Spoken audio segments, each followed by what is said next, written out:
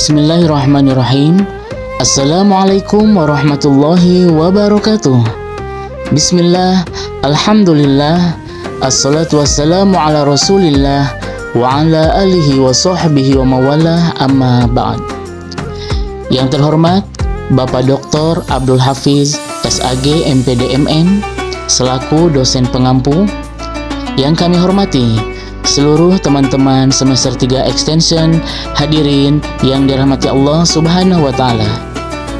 Perkenalkan, kami dari kelompok 1 beranggotakan Chandra Wahidin, Nur Hayati Sitompul, Nawal Nur Zulekho, Nur Mahari Harahap, dan Ismawati.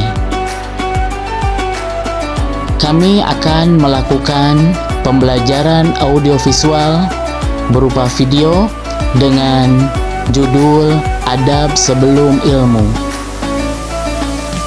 Adab sebelum ilmu adalah prinsip penting dalam tradisi Islam yang menekankan bahwa etika dan akhlak harus didahulukan sebelum mempelajari ilmu. Menurut ulama, adab penting karena ilmu tanpa adab bisa disalahgunakan, tidak berkah, dan ilmu tidak akan masuk ke hati yang kotor. Adab mencakup perbaikan niat, yakni lakukan karena Allah Subhanahu wa taala, hormat kepada guru dan ilmu itu sendiri, kesungguhan, sabar, serta menjaga akhlak yang baik terhadap sesama. Baik, yang selanjutnya yaitu pentingnya adab sebelum ilmu. Menurut ulama, yang pertama yaitu mendukung keberkahan ilmu. Adab ibarat akar bagi ilmu.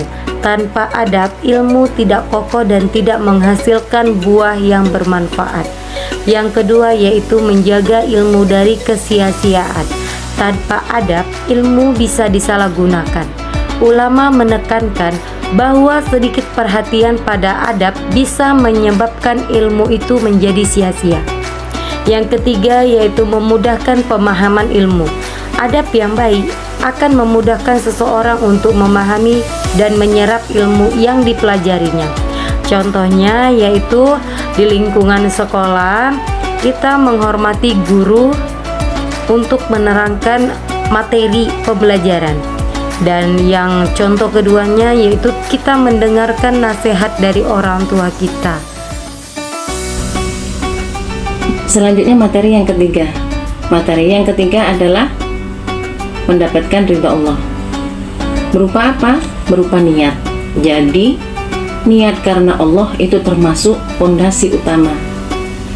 Ilmu yang dicari untuk tujuan duniawi, maka tidak akan membawa kemanfaatan yang hakiki. Mencerminkan teladan Nabi Muhammad SAW, para ulama melihat Rasulullah SAW itu sebagai teladan akhlak yang mulia, yang mana di dalam hadis, yakni innama bu'istu liutammima makarimal akhlak, yang artinya sesungguhnya aku diutus hanya untuk menyempurnakan akhlak mulia. Jadi hadis ini menekankan bahwa misi Nabi Muhammad SAW adalah untuk memperbaiki dan menyempurnakan karakter serta budi pekerti umat manusia. Niat yang ikhlas, niat untuk mencari keridhaan Allah Subhanahu wa taala, menghormati guru, mengagungkan guru dan mendoakannya, serta tidak meremehkan mereka, menjaga akhlak, bersikap sopan, jujur, tidak sombong dan tidak mengejek teman dalam kegiatan. Imam Malik pernah berkata kepada murid-muridnya, pelajarilah adab sebelum kalian belajar ilmu.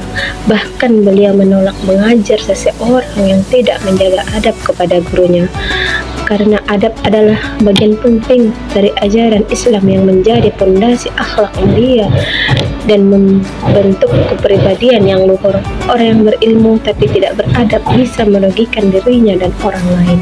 Adab seorang anak kepada guru saat pelajaran murid pekerja sangatlah penting karena mencerminkan sikap dihormati, kesopanan dan nilai-nilai moral yang diajarkan dalam mata pelajaran. Namun adab ini tidak hanya berlaku dalam pelajaran dan mudah mengerti, tapi juga dalam kehidupan sehari-hari sebagai bentuk penghargaan terhadap orang yang memberi ilmu. Kesimpulannya, adab adalah fondasi utama dalam mencari ilmu. Bahkan, para ulama menegaskan ilmu tanpa adab dapat menyesatkan seseorang, seperti tumbuhnya kesombongan, riya, serta dapat menjauhkan seseorang dari keberkahan ilmu. Sebaliknya, adab yang baik dapat menjadikan ilmu yang bermanfaat, dapat menumbuhkan ketenangan jiwa, serta dapat membuka pintu hidayah. Oleh karena itu, menuntut ilmu itu bukan hanya untuk memperbanyak pengetahuan saja, namun dapat memperbaiki diri kita sendiri, seperti menghormati guru, menghormati kedua orang tua, serta menjaga akhlak terhadap sesama. Oleh karena itu, adab lebih utama daripada ilmu. Mungkin hanya ini yang dapat kelompok 1 sampaikan. Apabila ada kesalahan dan kekurangan, kelompok 1 mohon maaf yang sebesar-besarnya. Wabillahi taufiq wal hidayah, wabirridha wal inayah. Assalamualaikum warahmatullahi wabarakatuh.